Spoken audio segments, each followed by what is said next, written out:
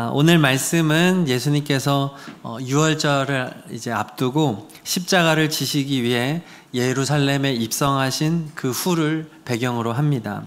특별히 오늘 말씀은 요한복음의 저자인 사도 요한이 의도적으로 편집한 것이 많이 드러나고 있어요.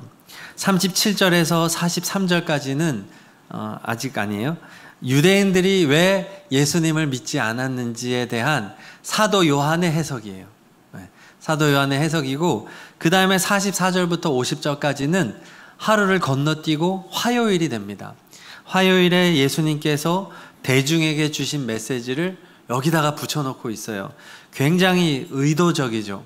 다른 상황, 다른 장소에서 어떻게 보면 다른 목적으로 이 이야기가 될 수 있는 것을 의도적으로 한 군데에 지금 편집한 사도 요한의 의도가 담겨 있는 본문입니다. 사도 요한이 오늘 말씀을 통해서 하려고 하는 그 주제가 뭐냐 하면 진정한 신앙인은 누구인가를 말하는 거예요. 그래서 세 부류로 편집을 한 겁니다. 자, 먼저 불신자를 보여주고 있어요. 37절을 읽겠습니다. 예수께서 그렇게 많은 표징을 그들 앞에 행하셨으나 그들은 예수를 믿지 아니하였다. 예루살렘에 입성할 때 종려나무 가지를 막 흔들면서 예수님을 환영했던 인파예요. 그들은 마카비아와 같은 혁명을 일으켜줄, 그 로마로부터 독립시켜줄 그런 지도자야말로 메시아일 것이다라고 자기들 나름대로 확신을 했습니다. 그런데 예루살렘에 입성하신 예수님이 전혀 이런 군사적인 행동이나 정치적인 행동을 하지 않는 거예요. 그러자 자신들의 기대를 충족시키지 않는 예수님을 가차없이 버렸다는 거예요. 주님을 믿지 않기로 했다는 겁니다. 이들에 대한 요한의 평가는 지금 읽었던 37절의 후반부처럼 그들은 예수를 믿지 아니하였다. 즉 불신자였다라는 말이죠. 불신자. 이것이 유대인들의 현실입니다. 예수님은 지금 37절에 말하듯이 너무나도 많은 표징을 행하셨어요. 예수님이 행한 것은 다 표징이었고, 다른 말로 기적이었고 표적이었습니다. 물이 포도주가 된 기적으로부터 시작해서 눈먼 자의 눈을 뜨게 한 것도 역사적으로 한 번도 없었던 일이고, 죽은 나사로가 썩어서 지금 4일이나 된 부패한 시체의 상황이었음에도 불구하고 걸어 나오는 일들은 구약의 선지자들이며 누구도 하지 못했던 그런 일들을 나타내 보이셨어요. 그러면 예수님이 행한 것만 봐도 메시아일 수밖에 없는 거죠. 무엇보다 예수님이 하나님의 아들 또 메시아일 수밖에 없는 이유는 주님의 메시지 때문입니다. 주님의 메시지는 당시 종교 지도자들의 메시지와 너무 달랐어요. 탁월하고 누구든지 이해할 수 있는 언어로 복음을 설명하고 하늘나라의 비밀을 설명을 해 주었죠. 말씀에 능력이 있었어요. 생명이 있었어요. 그러면 누가 봐도 예수님은 메시아예요. 그럼에도 불구하고 이렇게 많은 표징을 보았음에도 불구하고 그들은 잘못된 메시아관에 사로잡혀서 그저 로마로부터 우리를 해방시켜줄, 이스라엘을 독립시켜줄 사람이 메시아다라고 하는 자신들 나름대로의 정답을 이건 성경이 말하지 않는 것을 진리처럼 해놓고선 그것을 충족시켜주지 않는다는 이유 하나만으로 예수님을 가차없이 버렸다. 이 사람들이 다름 아닌 불신자다라는 겁니다. 그러니까 불신자는 우리가 일반적으로 알기를 교회에 안 나오는 사람이 불신자예요. 하나님을 안 믿고 예수님 안 믿는 사람이 불신자예요. 그러나 아니라는 거예요. 오늘 말씀은 진정한 불신자는 교회 안에 있다는 거예요. 진정한 불신자는 우리 가운데 있을 수 있다는 거예요. 자기가 원하는 목표, 자기가 생각하는 하나님, 자기가 생각하는 메시아관을 가지고 신앙생활을 하는 사람, 그래서 그 욕구가, 그 목표가 충족되지 않으면 그 하나님은 나는 믿지 않을 거야 라고 그냥 결정짓고 살아가는 사람들, 그 사람들이야말로 진정한 불신자다.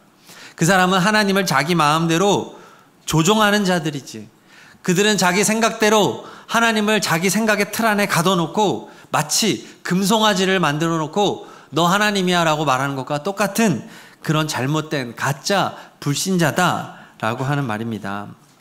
자, 예를 들어 이스라엘 백성이 모세 때에 출애굽을 했습니다. 얼마나 놀라운 하나님의 기적을 보았습니까? 10가지 재앙 하나하나가 다 기적이었죠. 그래서 바로 왕으로부터 벗어날 때 또 홍해 바다가 갈라집니다. 놀라운 기적이죠. 바닥을 육지처럼 걸어서 건넜습니다. 그리고 그 뒤를 따라오는 그 애굽 군대는 다 물에 수장되어 죽었습니다. 다 하나님이 하신 일이에요. 얼마나 많은 표징을 보았습니까? 그런데 그렇게 홍해 바다를 건너자 그들 앞에 기다리고 있는 것은 무엇이었습니까? 광야였어요. 자신들이 생각했던 것과는 너무 다른 거예요. 애굽으로부터 벗어나면 곧장 풍요로운 땅과 기름진 먹거리가 주어질 거라고 기대했던 거예요. 그런데 그들 앞에 기다리고 있는 것은 광야였던 것이죠. 광야는 낮에는 여름이고 밤에는 겨울입니다. 지금도 우리는 힘든 여름을 보내고 있어요. 그런데 여름과 겨울을 오가며 하루하루를 보내는 생활이 얼마나 괴로웠겠습니까? 먹을 것이 있습니까? 뭐 마실 물이 있습니까? 아름다운 자연도 없고 아무것도 없는 황량한 광야에 던져진 것이죠. 자, 그러자 이스라엘 백성은 자신들이 기대했던 것과 너무 다르니까 바로 나오는 반응이 뭐냐면 원망과 불평이에요. 짜증나는 거예요. 그래서 노조를 결성합니다. 야, 모세 끌어내리자. 우리 새로운 지도자를 선출하자. 우리 입맛에 맞는 지도자. 그 사람이 메시아야. 저 모세는 아니야. 가짜야. 자, 우리 애굽으로 돌아가자. 애굽에 가면 맛있는 삼겹살에 상추 싸 먹을 수 있어. 소주 한잔 하면서 최고의 그때로 돌아가자. 피켓 들고 막 한 거예요. 하나님이 진노하셨죠. 너무 진노하셨죠. 왜 그렇습니까? 그들의 불신앙이에요. 그 많은 기적을 보았으면 뭐합니까? 하나님을 믿지 않는데. 광야는 그저 과정에 불과한데 순종해서 곧장 갔으면 금방 한 달이면 갈 수 있는 거리인데 그거를 계속해서 불순종하고 가데스 바네아에서도 원망 불평하다가 40년이 되어버리고 출애굽 1세대는 다 광야에서 죽어버리게 된 것이죠. 왜죠? 불신앙 때문이라는 거예요. 불신앙. 하나님의 기적을 경험한 사람들이 진정한 불신앙이었다는 것이죠. 바로 오늘날 우리에게 주시는 말씀인 겁니다. 그런데 이러한 불신앙이 아니었던 대표적인 사람이 욥입니다. 욥은요, 갑자기 엄청난 고난을 당해서 재산과 자식들을 한순간에 다 잃어버렸습니다. 거부였고 그 많은 자식이 다 죽었어요. 재난으로 죽였어요.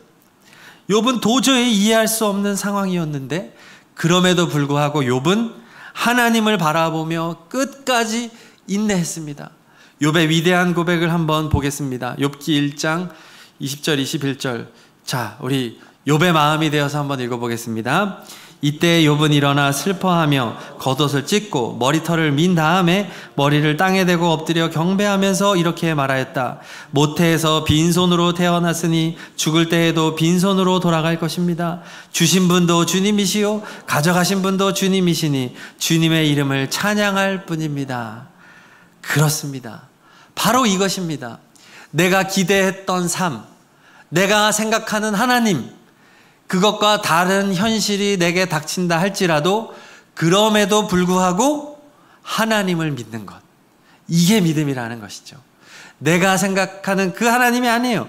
하나님이 생각하시는 하나님이 진짜 하나님, 하나님이 주권대로 일하시는 그 하나님, 그것을 인정하여 드리는 자세, 겸손히 엎드려져서 하나님의 뜻을 인정하고 이 와중에도 주님의 이름을 찬양하는 욥, 이 모습이 진정한 신앙인이다, 우리 볼 수 있는 겁니다. 자, 사도 요한은 유대인들이 예수님을 믿지 않은 이유를 이사야서 말씀을 통해 알려줍니다. 오늘 12장 39절 40절 읽겠습니다. 그들이 믿을 수 없었던 까닭을 이사야가 또 이렇게 말하였다. 주님께서 그들의 눈을 멀게 하시고 그들의 마음을 무디게 하셨다. 그것은 그들이 눈이 있어도 보지 못하게 하고 마음으로 깨달아서 돌아서지 못하게 하여 나에게 고침을 받지 못하게 하려는 것이다. 아멘. 성경에 이런 표현이 종종 나오죠. 이 부분을 우리가 오해하지 말아야 되는데, 하나님이 그들을 악하게 만들었다가 아닙니다. 성경에도 보면 출애굽할 때 바로의 마음을 완악하게 하셨다 했잖아요. 그것은 바로를 악하게 하신 게 아니고 원래 악했던 바로를 그냥 두셨다는 표현을 성경적으로 그렇게 문학적으로 표현을 한 겁니다. 그러니까 하나님은 악을 조장하는 분은 아니세요. 너 악해져라 하시는 분이 아니에요. 원래 악했던 사람을 계속해서 악하게 방치하셨다는 겁니다. 그래서 지금 이 사람들이, 유대인들이 이렇게 예수님을 믿지 않고 있는 상태로 그냥 하나님이 내버려 두셨다, 이 말입니다. 불신자의 상태로 그대로 두었다. 자기 마음대로 믿는 사람, 자기 마음대로 메시아를 생각하는 사람, 하나님을 자기 틀에 가두는 사람을 그냥 내버려 두셨다. 그래서 이 사람들이 가장 불쌍한 사람들인 거죠. 지금도 자기 멋대로 믿고 있음에도 불구하고 하나님의 징계가 없는 사람들이 있습니다. 제일 불쌍한 사람들이에요. 하나님이 꾸짖고 징계하는 것이 복인 줄로 믿습니다. 네, 부모님의 잔소리가 어렸을 때는 너무 듣기 싫지만 부모님이 돌아가시면 다 그 잔소리를 그리워한다는 거 아니에요. 이제 누가 나한테 잔소리 해주지. 나이 드셔도 잔소리를 하시니까, 죽을 때까지 잔소리 하다가 돌아가시는데 놓친데 노망났네. 하지만 돌아가시면 이제 누가 나한테 잔소리 해주지. 그렇잖아요. 혹시 부모님 살아계시면 잔소리 녹음해 두시기를 바랍니다. 영상으로 찍어 놓으시고. 하나님이 그게 사랑이에요. 그 잔소리가 사랑이에요. 그런데 지금 하나님은 내버려 두셨다는 거예요. 그대로 불신의 자로 살아가도록. 그래서 오늘 첫 번째 사도 요한이 말하여 주는 한 부류는 진정한 불신자가 누구냐. 교회 안에 있으면서도 하나님의 기적을 알매도 불구하고 체험했음에도 불구하고 자기 중심적인 신앙으로 살아가는 사람, 하나님을 내 생각에 가둬놓고 그저 내 뜻대로만 하나님이 되기를 바라는 이기적인 신앙인을 말하는 겁니다. 자, 이제 또 다른 부류를 말합니다. 42절을 읽겠습니다. 지도자 가운데서도 예수를 믿는 사람이 많이 생겼으나 그들은 바리새파 사람들 때문에 믿는다는 사실을 드러내지는 못하였다. 그것은 그들이 회당에서 쫓겨날까 봐 두려워하였기 때문이다. 자, 지도자들, 즉 관료들과 심지어 종교 지도자들 가운데에서도 예수님을 믿는 자들이 생겨났다는 거예요. 자, 그런데 그것을 드러내지는 못하는 사람들이었답니다. 아까는 저희가 불신자에 대해서 말했죠. 그럼 이렇게 믿지만 드러내지 못하는 사람을 반신자라고 부를 수 있습니다. 반신자. 지금은 두 번째 부류, 반신자에 대한 얘기예요. 반만 믿는 사람이에요. 이들은 무엇을 두려워했냐면 바리새파 사람 때문에라고 말합니다. 바리새파 사람을 두려워했다는 얘기는 뭐냐면 회당에서 쫓겨날까 봐 두려워했다는 얘기고, 이것을 출교라고 말합니다. 출교는 모든 신분과 지위를 상실하고 유대 사회에서 쫓겨나는 것을 말을 해요. 이방인 취급을 받는 것을 말하는데 몇 가지 종류가 있습니다. 30일 출교도 있고 일주일 출교도 있고 영구적인 출교도 있습니다. 죄의 거에 따라서, 경중에 따라서 이제 출교 처분이 내려지는데, 지금 예수님을 믿는 경우에 받는 출교는 영구적인 출교입니다.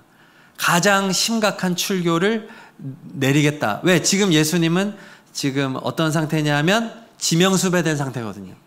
지명수배된 예수님을 믿는다고 말을 한다면 이거는 영구 출교 항목이 되는 것이죠. 그렇게 되면 유대 사회에서 완전히 이방인 취급을 받게 되는데, 이것이 우리가 상상하는 그 이상입니다. 회당에 출입할 수가 없어요. 회당은 유대 사회의 모든 중심지입니다. 회당에서 예배드리고 또 재판도 하고 어떤 여러 가지 행정적인 처리도 하고 모든 것이 다 몰려있는 게 회당인데 회당 출입이 안 돼요. 유대법의 보호를 받을 수가 없어요. 예배 참석할 수 없어요. 그리고 유대인들끼리 같이 식사도 못합니다. 매매도 못합니다. 결혼도 못합니다. 그러면 나만 불편한 게 아니라 내가 출교됨으로써 우리 가족이 이 불이익을 다 받아야 되는 거예요. 지금 자녀 중에는 결혼을 앞둔 자녀도 있을 것이고 또 한참 공부하면서 미래를 준비하는 자녀도 있을 것이고 이 모든 미래가 다 막히는 거예요. 일상생활이 불가능한 상태가 되는 겁니다. 그래서 출교가 너무 두려워 예수님을 공개적으로 드러내지 못한 반신자들이 있었다 말합니다. 그러면 솔직히 우리가 당시 유대인이었다면 성도님들은, 청년들은 어떻게 하실 것 같아요? 나는 출교가 두렵지 않습니다. 뭐 우리 자식이 뭐 결혼 안 할 수도 있지 뭐 그냥 너 혼자 살아 나랑 같이 이방으로 가자 막 유럽 가서 살까 막 그런 게 아니잖아요. 정말 우리가 당시 유대인이었다고 하면 쉽지 않은 거예요. 출교를 감당하는 것은 정말 어려운 거예요. 그렇지만 성경의 평가가 어떠냐? 43절을 읽겠습니다. 시작. 그들은 하나님의 영광보다도 사람의 영광을 더 사랑했다. 반신자들에 대한 성경의 평가, 하나님의 평가는 하나님의 영광보다 사람의 영광을 더 사랑했다. 자기가 지도자로서 그동안 쌓아왔던 그런 어떤 지위와 어떤 권력과 또 부와 명예를 놓치지 못하는 거예요. 그것을 붙잡고 살아가면서 정작 그리스도에 대한 믿음, 예수님에 대한 믿음을 고백하지 못하는 것은 사람의 영광을 더 사랑한다. 이거 무슨 말이에요? 결국은 불신자란 얘기죠. 반신자도 결국은 불신자다라는 결론으로 가는 겁니다. 반의 희망이 있다가 아니에요. 반신자 그럴 수 있지가 아닙니다. 똑같았다는 거예요. 똑같았다. 다른 말로 말하면 신앙의 비겁자다 이거예요. 신앙의 비겁자다. 요즘은요 자신이 교회를 다닌다고 말할 때 커밍아웃 한다고 말해요. 커밍아웃. 그래서 내가 크리스찬임을 밝힌다고 해서 크리스찬과 커밍아웃을 섞어서 크밍아웃이라고도 합니다. 지금 세상이 이래요. 우리 청년들 여러분 인스타에 내가 크리스찬이라고 드러낸 사람 있습니까? 요즘 청년들 이거 못해요. 이거 굉장히 어려운 일이에요. 인스타에다가 내가 막 십자가 올리고 막 말씀 올린다? 이거 시켰다가는요 저 목사 쫓겨나요. 우리 교회 안 나와요. 인스타그램은 자기 공간이거든요. 이거 굉장히 어려운 거예요. 커밍아웃은 성소수자가 자기의 성적 취향을 또 성 정체성을 공개적으로 밝힐 때 하는 게 커밍아웃이에요. 지금 우리 청년들이 내가 예수님 믿어라고 하는 말은 커밍아웃하고 똑같은 상황이에요. 지금 세상이 그렇습니다. 자, 편견을 감수해야 돼요. 어려움을 감수해야 돼요. 신앙을 고백하는 것에 대해 예수님의 말씀을 보겠습니다. 마태복음 10장 32절 33절 시작.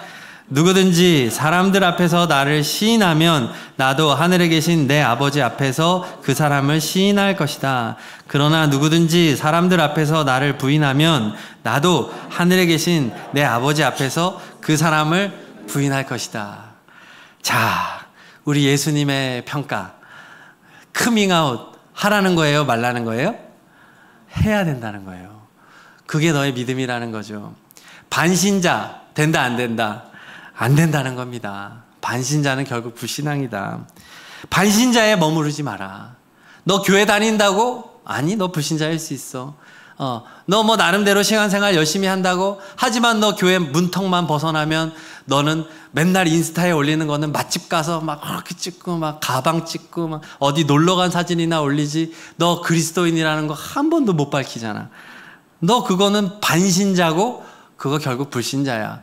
너 주변의 사람들이 너 예수 믿는 거 모르잖아. 주님은 이것을 지적하고 있는 거예요.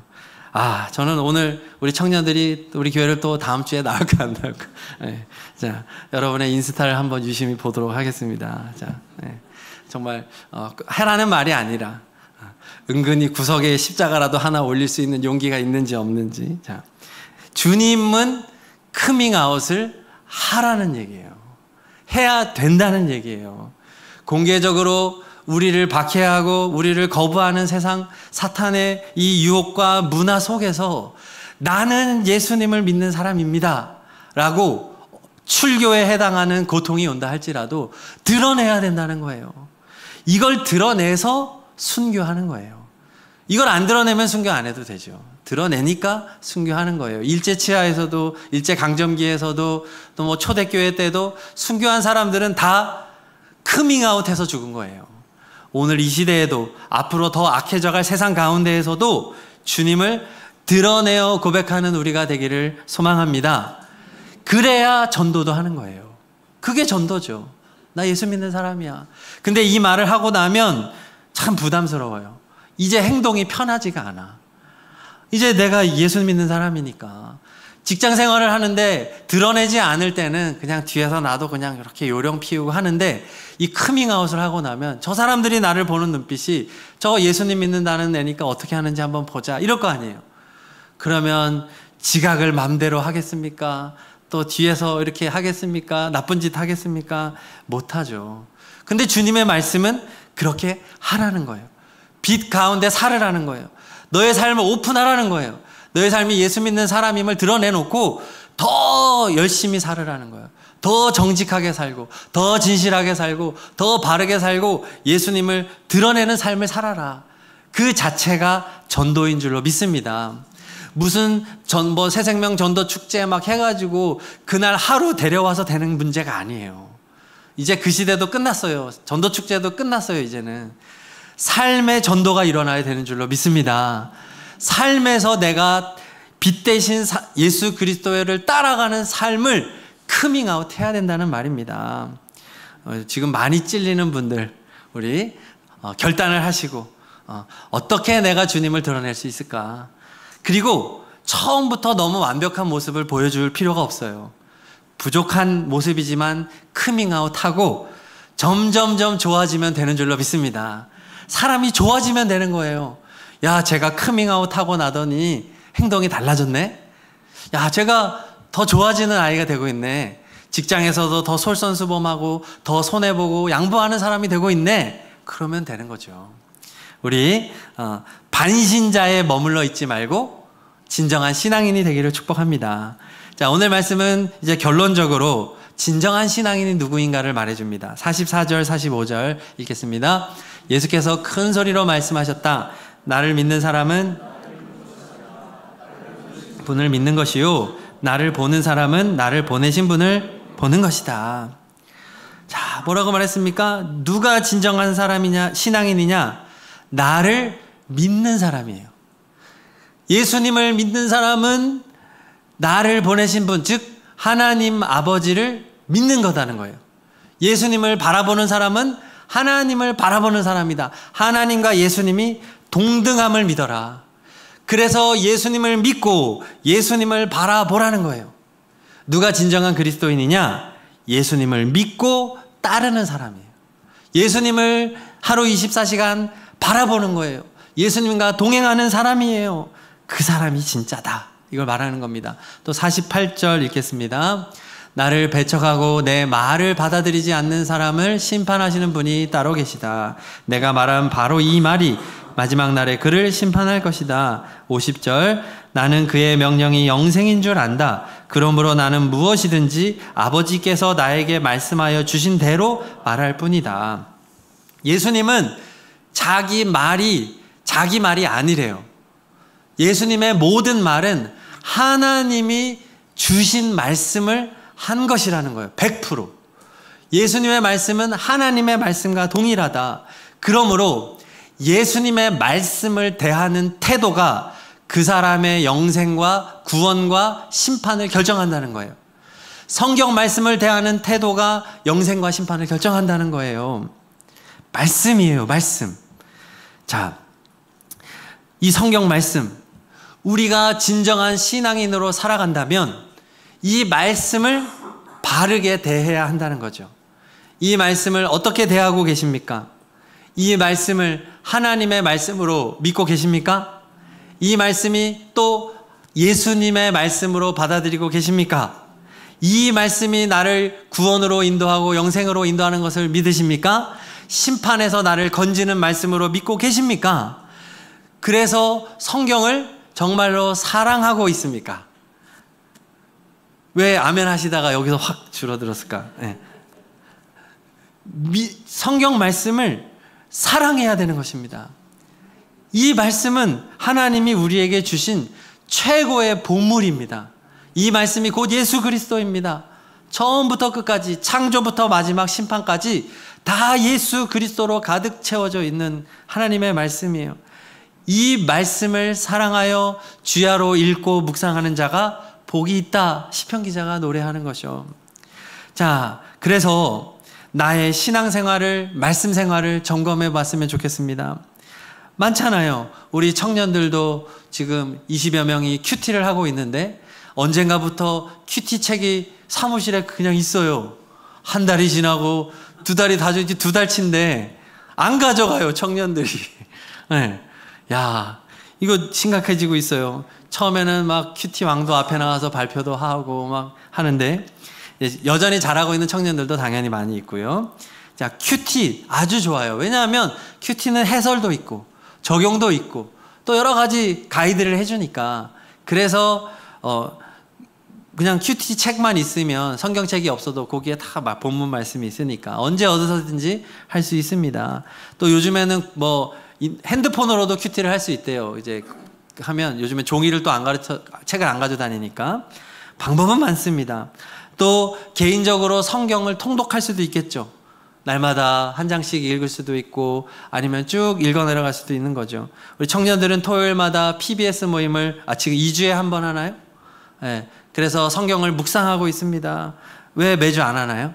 네, 많이 매주 잘하다가. 자, 우리 열심을 내길 바랍니다. 자, 너무 좋은 시간이죠. 말씀을 자발적으로 묵상하고 또 좋은 책이 너무 많아요. 요즘에는 내가 혼자서 독학을 할 수 있는 좋은 컬러로 지도도 나오고 설명도 나오고, 관심 있는 신앙 서적을 사서 딴 거 없어요. 성경을 잘 풀어주는 서적을 보시길 바랍니다. 뭐 간증집 이런 것도 좋지만 좀 치우칠 수가 있어요. 그래서 성경을 잘 이해할 수 있도록, 그래서 성경을 읽게 만들어주는 책을 보시는 게 좋아요. 그래서 통독을 도와주는 좋은 책을 공부할 수도 있고, 또 우리 교회에서도 새벽 기도에 매일 성경 한 장씩 가고 있는데 새벽에 나오는 게 어렵기 때문에 매일 같이 바로바로 영상 유튜브로 만들어서, 이제 물론 음성만 제공이 되지만 유튜브로 해서 그 아침에 단톡방에 올려드리고 있잖아요. 그래서 이것도 정말 성경을 한 장 한 장 배워간다 생각하고, 우리 청년들은 1.5배속으로 들으면 10분여면 그냥 들을 수 있는 거예요. 그래서 속도를 빨리 해서 들으세요. 그렇게 방법은 너무 많단 말이에요. 방법은 너무너무 많아요. 어떠한 방법을 택하든 사람마다 다 자기 차가 이게 성향이 다르니까, 큐티가 잘 맞는 사람은 큐티 하시고, 통독이 맞는 사람은 통독하시고, 다른 신앙서적 읽는 게 좋다고 하시면 신앙생석을 보시고, 또 나는 유튜브로 듣겠다, 또 핸드폰에도 드라마 바이블도 있고, 또 가피풀에서 이제 나오는 이제 그 성경은 또 나름대로 읽어주는 너무나 좋은 이런 도구들이 많이 있습니다. 중요한 건 뭐냐 하면 이 말씀을 가까이 하는 것이죠. 지금 이 시대가, 사탄의 계략은 성경을 못 읽게 하는 이 계략 하나만 가지고 가고 있어요. 성경만 안 읽으면 사탄은 무조건 승리하거든요. 그래서 왜 이렇게 넷플릭스와 유튜브와 이런 OTT 시장이 계속해서 확대될까요? 사탄이 그렇게 하는 거예요. 우리는 아주 잠깐의 짬만 있어도 핸드폰 붙잡고 인스타 보고 유튜브 보고, 그거 OTT 드라마와 영화가 쏟아져 나오고 있어요. 저도 지금 보고 싶은 게 막 수십 개를 찜을 해놨는데 시간이 없어서 못 보고 있어요. 근데 우리가 그렇게 살고 있어요. 화장실에 갈 때도 거기 앉아가지고 그거 잠깐 해도 보고요. 그렇죠? 사탄의 전략이에요. 뭐를 못 보게 하는 겁니까? 성경을 못 보게 하는 거죠. 성경만 안 보면 무조건 사탄은 승리합니다. 그리고 심지어 넷플릭스 같은 데 보면 기독교 콘텐츠도 많이 있는데 저는 좀 조심스러워요. 뭐 예수님의 삶을 막 하고 또 모세 이야기 애니메이션 하는데 저는 추천하고 싶지 않아요. 왜냐하면 성경하고 다른 게 너무 많아요. 그러니까 의역된 게 너무 많아요. 그래서 저는 그게 오히려 사탄의 미혹거리로도 쓸 수 있다. 원본이 있잖아요.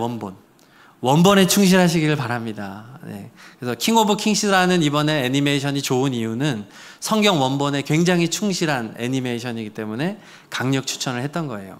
그래서 그러니까 원본을 보시자 이거죠. 원본. 우리 다 같이. 자, 오늘 말씀을 정리합니다. 진정한 신앙인은 불신앙, 즉 자기가 원하는 목표를 이루어 주시는 하나님을 믿는 사람이 아니다. 또 반신자도 아니다. 남들 몰래 나만 믿는 신앙, 이거 가짜라는 거예요. 드러내지 못하는 신앙은 진짜 아니라는 거예요. 지금 가난한 성도들 너무 많죠. 나 교회 안 나가. 나는 그냥 조용히 나만 믿어. 나 유튜브로 예배만 드려. 여러분, 이거 굉장히 위험한 거예요. 가짜예요. 또 커밍아웃, 예수님께서 하나님의 아들로 내가 그분을 믿고 그분의 말씀을 믿는다는 것을 고백하는 사람으로 살아가는 사람이 진짜 그리스도인이다. 예수님의 말씀을 사랑하여 생명의 말씀으로 여기고 날마다 읽고 듣고 묵상하고 함께 나누고 전하고 하는 것이 진정한 그리스도인의 삶이다. 그것을 보여주고 있습니다. 우리 청년들 오늘 운모임 하면서 구체적으로 어떻게 커밍아웃을 할 수 있을지, 그리고 어떻게 주님의 말씀을 사랑할 수 있을지 한번 조심스럽게 좀 나눠보고 담대하게 삶 속에서 결단했으면 좋겠습니다. 우리 작년 여러분들도 이번 한 주 동안에 가족끼리 또는 우리 성도님들끼리 또 식사도 하고 교제하고 속회 모임 하시고 하실 때 모여서 이런 이야기들을 좀 나누시면 좋겠습니다. 우리가 더 성경을 읽어야 되지 않을까요? 우리 어떻게 성경을 더 읽을 수 있을까요? 어떻게 더 하나님 말씀으로 나아갈 수 있을까요? 서로 격려하면서. 그래서 우리 청년들도 이 큐티 할 때 어떤 음에서는 정해서, 날짜를 정해서 의도적으로 이날은 누가 올리고 다 이렇게도 한대요. 서로 격려해 주는 거죠. 어떻게든 성경을 읽도록 하기 위해서 아이디어를 짜내서 우리 주님 말씀 앞으로 더 나아가는 우리가 되기를 바랍니다. 우리 찬양하고 우리 기도할 텐데요. 우리 예수님, 주님의 말씀을 믿습니다. 네, 우리 그런 고백 가지고 우리 처음 부르는 찬양인데 배우시면서 고백하겠습니다.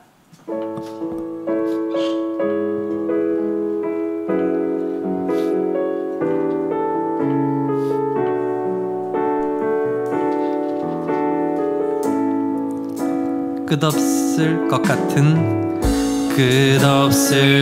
같은 무거운 내 삶에 주님의 뜻이 어디 있을까? 반복된 내 삶에 소망이 있을까? 매 순간 은혜가 필요하네.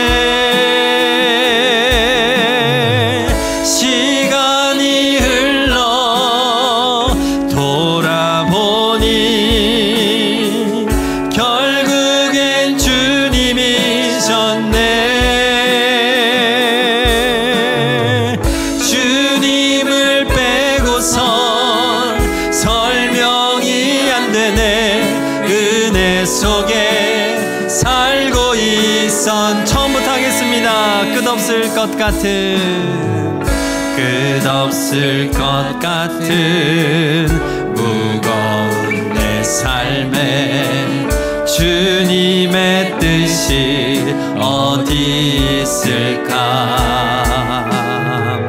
반복된 내 삶에 소망이 있을까? 매 순간 은혜가 필요하네.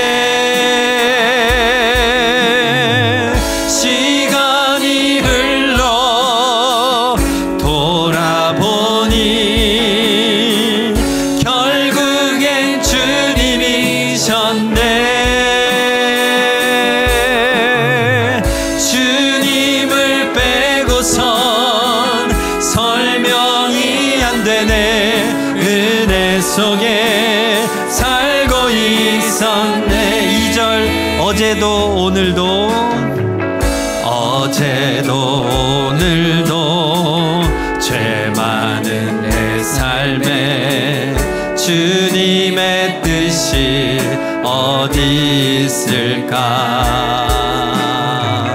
다시 주님 앞에 나갈 수 있을까? 매 순간 은혜가 필요하네. 아멘. 시간이 흘러 돌아보니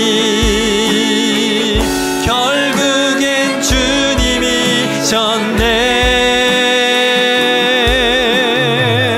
주님을 빼고선 설명이 안 되네. 은혜 속에 살고 있었네. 시간이 흘러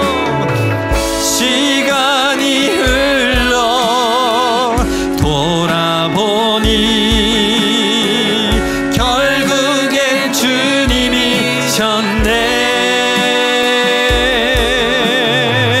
주님을 빼고선 설명이 안 되네. 은혜 속에 살고 있어. 두 손 높이 들고 고백합니다. 시간이 흘러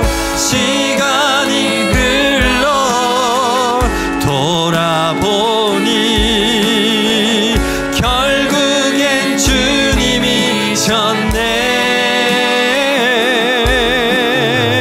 주님을 빼고선 설명이 안 되네.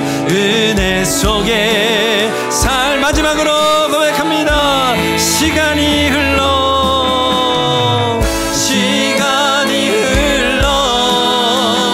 돌아보니 결국엔 주님이셨네. 주님을 빼고선 설명이 안 되네. 은혜 속에 살고 있었네.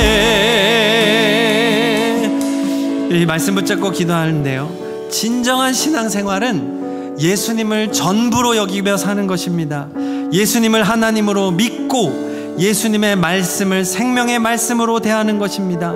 더 이상 나를 위한 이기적인 목표를 따르지 않고 더 이상 반신자의 삶을 살지 않는 것입니다. 커밍아웃 하는 것입니다. 드러내어 예수님을 말하는 것입니다. 예수님과 함께 동행하는 것입니다. 그때 예수님은 우리를 인정해 주신다고 말씀하십니다. 각자의 다짐과 결단, 말씀을 향하여, 믿음의 고백을 향하여 나아가기를 결단하며 다 함께 기도하겠습니다. 하나님 아버지, 주님을 찬양합니다. 결국엔 우리 예수님이 전부입니다. 우리 예수님이 모든 것 되십니다. 예수님에 대한 신앙을 고백합니다. 주님을 빼고선 설명할 수 없습니다. 나는 예수 믿습니다. 나는 예수님의 자녀입니다. 나는 크리스찬입니다.